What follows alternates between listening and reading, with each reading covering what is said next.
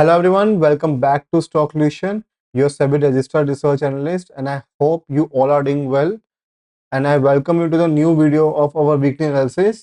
And इस video में हम सिर्फ Nifty, bank Nifty, fin Nifty, mid cap, small cap सब कुछ ये सब डिस्कस के अलावा मैं मेनली क्या डिस्कस करने वाला हूँ कि जो आप लोगों को कंफ्यूजन हो रही है कि क्या हमें अपनी बाइंग का प्लान करना चाहिए, क्या हम अपने इन्वेस्टमेंट्स को अभी इस टाइम पे एग्रेसिवली अप्रोच करना चाहिए या नहीं करना चाहिए, किस तरह से हमें अब मार्केट को अब देखना चाहिए, वो पूरा हम डिटेल में डिस्कस करेंगे। तो प्लीज़ एंड तक बने रहिएगा। And stock of the week तो डेफिनेटली आप लोगों के लिए मैं लेकर आया हूँ, वो भी मैं आपको प्रेजेंट करूंगा। एंड आप लोग सभी से एक ही रिक्वेस्ट है कि प्लीज़ आप इस वीडियो को लाइक करें, कमेंट डाउन बिलो जो भी आपके व्यूज़ हैं, share this video with your friends and family, और जो भी आपके डाउट्स हैं आप उसको प्लीज़ कमेंट करें। और हमारा जो फ्री स्टॉक रिक्वेस्ट है डेफिनेटली से उसको पार्टिसिपेट करें, लिंक बायो में है। बहुत काम आने वाला है आपका वो फ्री स्टॉक रिक्वेस्ट, बिकॉज इस टाइम पे आपको जो भी कंफ्यूजन हो रही है किसी भी स्टॉक में, उसमें हम आपको जो भी एक्सपर्ट एडवाइस है हम आपको अपनी देंगे। तो please participate in that. And चलिए हम अपनी वीडियो पे स्टार्ट करते हैं विदाउट वेस्टिंग टाइम। तो ये है हमारा निफ्टी 50 का चार्ट। जैसा कि हम देख पा रहे हैं कि एक अच्छे सेल ऑफ के बाद हमें लास्ट वीक हमें एक पॉज मिला है। तो उस पॉज में हमें क्या प्लान करना चाहिए हम इस वीडियो में डिस्कस करेंगे। और उससे पहले आपको मैं कुछ दिखाना चाहता हूँ। आप देख पा रहे हैं कि कहीं ना कहीं एक ट्रेंड लाइन हमारी जो चल रही थी उसको रिस्पेक्ट कर रहा था। जब भी ये ब्रेक हुआ है उसको एक फॉलो अप बाइंग मिली है, जब भी उसके पास आया है कहीं ना कहीं रिएक्शन बाइंग का मिला है। इस बार मुझे क्यों डिफरेंट लग रहा है उसके कुछ रीजंस हैं। एक तो ट्रेंड लाइन डेफिनेटली ब्रेक हुआ है, हमेशा ब्रेक नहीं हो पाता था, कहीं ना कहीं इट्स ट्राई टू स्टेबल। अगर 25 300 के अराउंड का लेवल अगर स्टेबल रहता तो थोड़ा सा मुझे कन्विक्शन आता बाइंग की तरफ। पहला तो वो नहीं आ पा रहा क्योंकि कहीं ना कहीं उसने ब्रेक किया। एंड सेकेंडली क्या दिक्कत आ रही है, देखिए जब भी सेलिंग स्टार्ट हुई है उस सेलिंग ने बार-बार ये इंडिकेट किया है कि जो भी सेलिंग जो भी बाइंग की वजह से सेलिंग जो आई है, उसने कहीं न कहीं काफ़ी ट्रैप किया है। एंड जब लगातार कुछ भी ट्रैपिंग होती है, तो उस ट्रैपिंग में कहीं न कहीं वो बाइंग को वीक करता जा रहा है। फॉलो अप जो बाइंग आती है वो वीक करता जा रहा है। अब यहाँ पे दिक्कत क्या आ रही है, एक इतना स्ट्रॉन्ग मोमेंटम जो हमारा बिल्डअप हुआ था, उसके बाद डेफिनिटली एक साइडवेज़ मार्केट या छोटा-सा रिट्रेसमेंट के बाद अगर हमें फॉलो अप बाइंग मिलती तो एक सेफ साइड था वो। अब यहाँ पे इश्यू क्या हुआ कि एक इतनी स्ट्रॉन्ग कैंडल के बाद अगर एक रिवर्सल पैटर्न यहाँ बन चुका है, वो रिवर्सल क्या पैटर्न है, गैप अप ओपनिंग के बाद जैसे ही ये उसके नीचे क्लोज हुआ एंड एक गैप डाउन ओपनिंग हुई और गैप डाउन के बाद एक उसने सारे जो जितना बाइंग था यहाँ पे जितना बाइंग प्रेशर क्रिएट हुआ था उसको नलीफाई कर दिया। तो अब डेफिनेटली जितना भी यहाँ स्ट्रॉन्ग ब्रेकआउट आया था उसको नलीफाई करने के बाद ये साफ से इंडिकेशन आ रहा है कि कहीं ना कहीं यहाँ का जो बायर्स है उनको ट्रैप किया गया है। तो अब सेलर्स बहुत स्ट्रांगली यहाँ पे एक्टिव हो चुके हैं। और जब सेलर्स इतने एक्टिव हो चुके हैं तो कहीं न कहीं बाइंग प्रेशर जितना मर्ज़ी बिल्डअप हो जाए, वो अभी अग्रेसिवली नहीं कर पाएँगे। अगर ये ब्रेक होता भी है, डेफ़िनेटली मैं वहाँ पे वीक बाइंग उसको कंसीडर करूँगा। मैं ये नहीं कह रहा हूँ कि ऊपर नहीं जा सकता, जाएगा। पर जब तक मेरे हिसाब से अब ये कुछ टाइम यहाँ स्पेंड नहीं करेगा, जब तक के लिए मैं इसमें कन्विंस नहीं हूँ। बाकी जो हमारी स्टडीज़ हैं, bank Nifty, fin Nifty, mid cap, small cap को भी उसको इंक्लूड करके हम अपनी स्टडी को थोड़ा-सा स्ट्रॉन्ग करेंगे। और इस टाइम पे अगर हम निफ्टी की बात करें, डेफिनेटली 25,300 का एक रेजिस्टेंस है, 24,800 का एक एक सपोर्ट है। जब तक ये ब्रेक नहीं होता हम अपना स्टांस को न्यूट्रल रखेंगे इस टाइम पे। मैं सेलिंग पे क्यों नहीं कर रहा हूँ, बिकॉज़ अगर यहाँ से ब्रेकआउट आता भी है, डेफिनेटली एक पॉसिबिलिटी है कि यहाँ पे ये साइडवेज़ हो जाए और उसके बाद क्या पता कि कुछ हफ्ते या महीनों के बाद हमें एक वापस से अप मूव मिल जाए। किसी भी न्यूज़ को अभी कंसीडर नहीं कर रहा हूँ, I am only talking about the price point of view से बात कर रहा हूँ। तो अगर ये कुछ टाइम यहाँ स्पेंड करेगा उसके बाद अगर ये बाइंग कर जाता है, डेफिनेटली सेलिंग नलिफाई हो जाएगी। बट अगर ये कुछ टाइम में अगर ये वापस पुल बैक देता है और वहाँ से सेलिंग मिलती है, वापस से ये 24,800 ब्रेक होता है, तो एक कन्फर्मेशन मिल जाएगा मुझे कि जो अर्ली साइन्स थे वो क कन्फर्म हो गए हैं कि अब सेलिंग स्टार्ट हो गई है। इसलिए बुलिश से अब न्यूट्रल में आ चुका हूँ और मैं वेट करूँगा मार्केट का कैसे बिहेव करता है एंड अकॉर्डिंगली वैसे काम करूँ। तो निफ्टी में हमने डिस्कस कर लिया है। अब जल्दी से हम बैंक निफ्टी में बाकी एनालिसिस कवर करते हैं और उसके अकॉर्डिंगली हम अपना एक व्यू को क्रिएट करेंगे। बैंक निफ्टी में भी सिमिलर स्टोरी थी, ब्रेकआउट आया था, एक स्ट्रॉन्ग बाइंग थी और उस स्ट्रॉन्ग बाइंग का हमें एक रिट्रेसमेंट चाहिए था, पर ये रिट्रेसमेंट डीप है। तो कहीं न कहीं इसलिए मेरा कन्विक्शन अब बैंक निफ्टी में भी from bullish side to neutral हो चुका है। पहले मैं बुलिश साइड पे था, पर जितना ये डीप रिट्रेसमेंट आया है, डेफिनिटली हमें अपना स्टांस को चेंज करना पड़ेगा। तो अब जो रेजिस्टेंस है 52,000 का है, 50,800 का हमारा सपोर्ट लेवल है। उसके मेक और ब्रेक पे हम अपने से देखते हैं कि शॉर्ट टर्म हमें क्या देखने को मिलता है। और ये वोलेटाइल ज़ोन रहेगा। और अगर हमें अप मूव मिलता भी है, डेफिनेटली आपको हम बाइंग का प्लान नहीं करना चाहिए। मेरा सजेशन ये है, आपको वेट करना चाहिए कि कैसे बायर्स बिहेव करते हैं एंड अकॉर्डिंगली आपको अपना फिर पोजीशंस को न्यूट्रल से वापस से बुलिश पे करना चाहिए, अगर बाइंग स्ट्रॉन्ग आती है तो। और अगर ये वोलेटाइल रहेगा तो डेफिनेटली यहाँ पे भी वापस से एक डिस्ट्रीब्यूशन ज़ोन बनने की पॉसिबिलिटी है। मैं ये नहीं कह रहा हूँ कि बन जाएगा, पॉसिबिलिटी है। तो जब तक ये लेवल इंटैक्ट है, हमें इतना चिंता करने की ज़रूरत नहीं है, but yes keep an eye on this major levels. ठीक है? तो बैंक निफ्टी डिस्कस हो गया है। फिर निफ्टी में भी हम देख पा रहे हैं कि सिमिलर स्टोरी है बैंक निफ्टी वाली। यहाँ पे भी हमें एक स्ट्रॉन्ग ब्रेकआउट मिला था, पर वो पूरा नलिफाई हो गया है। डेफिनेटली अब ये जो लेवल है 24,000 का एक स्ट्रॉन्ग रेजिस्टेंस है। इमीडिएट जो रेजिस्टेंस है 23,800 का है, और जो इमीडिएट हमारा जो सपोर्ट लेवल है दैट इज़ 23,400 के अराउंड का है। तो अब इनके ब्रेक हो और मेक और ब्रेक पे ही हम अपना प्लान करेंगे बड़े मूव्स को। तो डेफिनेटली अगर अपसाइड के लिए इसमें सिमिलर स्टोरी है, अगर अपसाइड के लिए ब्रेक करता है तो मैं इतना पार्टिसिपेट नहीं करना पसंद करूँगा, अनलेस मुझे एक साइडवेज मोमेंटम मिले सभी इंडेक्सेस के अंदर। अगर साइडवेज मोमेंटम के बाद अगर ब्रेकआउट आता है अपसाइड के लिए, that would be more convincing for me. तो अगर हम आते हैं mid cap and small cap पे, मिड कैप की हम बात करें, मिड कैप में सिमिलर स्टोरी, ट्रेंड का ब्रेकआउट आ चुका है, फॉलोअप हमें स्ट्रॉन्ग बाइंग नहीं मिल रही है, रेजिस्टेंस एरिया के अराउंड है, स्ट्रॉन्ग यहाँ पे कैंडल्स नहीं बन पा रही है। तो कहीं न कहीं एक डिस्ट्रीब्यूशन ज़ोन बनने की पॉसिबिलिटी हमें इसमें दिख रही है। अगर आप देख पा रहे हैं सभी में अगर सिमिलर स्टोरी दिख रही है, तो मैं नहीं प्रेफ़र करूँगा करना इस टाइम पे बाय साइड पे रहना पे। न्यूट्रल हो रहा हूँ मैं, क्योंकि न्यूट्रल होना पड़ेगा हमें, क्योंकि अगर हमें नहीं अच्छा मूव मिल पा रहा है तो हम फालतू में नहीं अग्रेसिवली लॉन्ग करेंगे, बिकॉज़ उसकी वजह से हमारे स्टॉप लॉस हिट हो सकते हैं। या पॉसिबिलिटी है कि कैपिटल लॉस हो सकता है।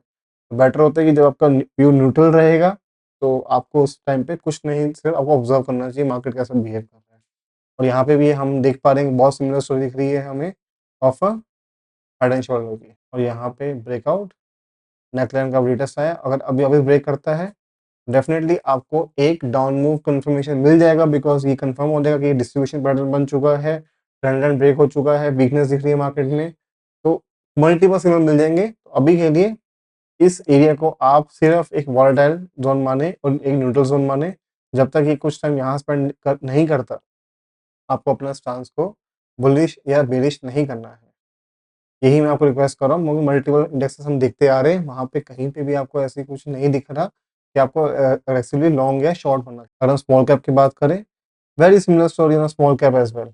इसलिए मैं बहुत डिटेल में नहीं जाना चाहता हूँ, क्योंकि आपको पिक्टोरियल दिख रहा है यहाँ पे कि हमें अभी जो भी पिक्चर दिख रही है, सब में सिमिलर दिख रही है। इसलिए स्टोरी हमारी और कन्फर्म होती जा रही है from the first minute of this video. यहाँ पे भी सिमिलर हुआ, एक डिस्ट्रीब्यूशन ज़ोन बना, ब्रेकआउट आया है, ट्रेंड लाइन ब्रेक हो चुकी है, और अगर अब ये रिटेस्ट करके वापस नीचे जाता है, डेफिनिटली हमें एक सेलिंग देखने को मिल सकती है। ठीक है?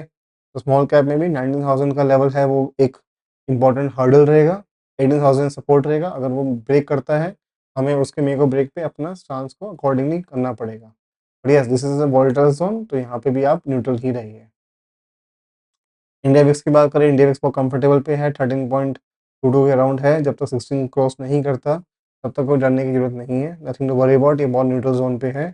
16 क्रॉस करता है तो थोड़ा-सा वोलेटिलिटी हमें पीक देखने को मिल सकता है। Let's quickly see for the metals and gold. Silver में भी हमें दिख रहा है सिमिलर कि हमें एक अच्छा सेल ऑफ देखने को मिला था इस हफ्ते के अंदर, बट वो बाइंग में कन्वर्ट हो गया। जो हमारे जो बाइंग ज़ोन था 89,000 का, तो कहीं न कहीं 89,000 एक बहुत क्रूशियल ज़ोन है। तो 89,000 का सपोर्ट एंड 94,000 का रेजिस्टेंस, इसके मेक और ब्रेक पे ही हमें एक बड़ा मूव मिल सकता है डेफिनेटली। बट तो ट्रेंड इंटैक्ट है short term and long term का, तो इसलिए बाइंग साइड अपॉर्चुनिटी हमें ढूंढनी चाहिए अभी सिल्वर के अंदर। अगर ये जोन ब्रेक होता है, डेफिनेटली एक वॉलेटाइल हो सकता है। अब हम गोल्ड पे आते हैं। गोल्ड में भी सिमिलर स्टोरी, एक छोटा सा लफ आया था पर वो बाइंग में कन्वर्ट हो गया। तो डेफिनेटली 74,000 एक क्रूशियल जोन है, 76,500 एक रेजिस्टेंस की तरह काम कर रहा है, वो ब्रेक होता है तो 78 एंड 80,000 के लेवल ओपन अप हो सकते हैं। इसकी भी स्टोरी सिमिलर है, हमारा स्टांस इसमें भी बुलिश है। मेटल्स कहीं न कहीं जो सिल्वर एंड गोल्ड है, अपने आप को बुलिश साइड पे रख रहे हैं। निफ्टी कहीं न कहीं अपने आप को डिस्ट्रीब्यूशन खा रहा है। तो मेटल्स भी डिस्कस हो गया है। Let's quickly see what the crypto now. Bitcoin बहुत सिमिलर स्टोरी है, बहुत टाइम से बहुत डिस्कस डिस्कस करने को नहीं है। 50,000 इसका मेजर सपोर्ट लेवल है, 70,000 इसका मेजर रेजिस्टेंस लेवल है। उसके मेक और ब्रेक पे ही हम अपना प्लान करेंगे। चैनल पैटर्न में आ चुका है काफ़ी टाइम से। तो येस, उस काफ़ी न्यूट्रल हो चुका है हमारा बिटकॉइन। तो अब अपने आप को अपर लेवल्स पे होल्ड कर रहा है, ब्रेकआउट आता है, डेफिनिटली एक बहुत अच्छा मूव मिलने वाला है हमें बिटकॉइन में। तो please keep an eye on the bitcoin. अभी के लिए जोन में है, तो इसमें कुछ डिस्कस करने को नहीं है। एंड सिमिलर स्टोरी हमारी इथेरियम की भी है। इथेरियम भी हमारा बहुत सिमिलर पैटर्न पे काम कर रहा है। थोड़ा-सा ज़्यादा वीक शो कर रहा है अपने आप को एज़ कम्पेयर टू बिटकॉइन के। जब तक ये 3000 का लेवल नहीं ब्रेक करेगा, हमें एक अच्छा मूव नहीं मिल पाएगा। 2200 के अराउंड का लेवल एंड 3000 का लेवल, इसका एक इम्पोर्टेंट हर्डल और सपोर्ट ज़ोन है। उसके अकॉर्डिंगली हम अपना स्टांस को चेंज करेंगे। ठीक है, तो हमारा निफ्टी इंडाइसेस, मेटल्स, क्रिप्टो सब डिस्कस हो गया है। Now let's quickly see for the futures and options data पे। This is the data for FIIs, pros, client and DII. हम देख पा रहे हैं कि एफआईएस एग्रेसिवली शॉर्ट कर रहे हैं मार्केट को, तो उनकी पोजीशंस फ्यूचर्स में नेगेटिव है। इंडेक्स ऑप्शन में वॉलेटाइल है because they are put long and call long. तो कहीं ना कहीं they are expecting a volatile to bearish market. And similar story हमारी हमें दिख रही है प्रोज में। They are very volatile on the futures part पे and aggressively short on the options. Options में they are call short and put long. तो yes, FIS and pros अभी एक ही साइड पे अपना व्यू मेंटेन रख रहे हैं। At the same time interestingly हमारे जो क्लाइंट्स हैं वो अग्रेसिवली लॉन्ग कर रहे हैं इंडेक्स फ्यूचर्स को एंड इंडेक्स ऑप्शंस को भी, बिकॉज इंडेक्स ऑप्शन में they are call short and put short, but put short वो हैवीली कर रहे हैं। तो yes, clients are aggressively long on the market, clients are basically retailers.